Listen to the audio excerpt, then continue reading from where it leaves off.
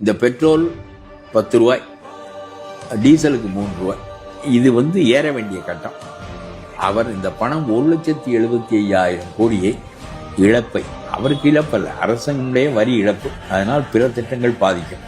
1.25 லட்சம் கோடியை இந்த எண்ணெய் நிறுவனங்களுக்கு அளித்து விலையை ஏற்றாதே அதே விலைக்கு, ஏனென்றால் அவன் கூடுதல் விலைக்கு வாங்குகிறான். அவன் கூடுதல் விலைக்கு வாங்கினாலும் இந்த கூடுதல் சுமையை மக்கள் மீது சுமத்த வேண்டாம். நான் பணம் தருகிறேன், 10 ரூபாய் பெட்ரோலுக்கு 3 ரூபாய் டீசலுக்கு தருகிறேன். அந்த பணம் 1,75,000 கோடி இந்தியா முழுவதற்கும் தேவைப்படுகிறது. அந்த பணத்தை கொடுத்து இதை ஒழுங்குபடுத்திக் கொள்கிறார்.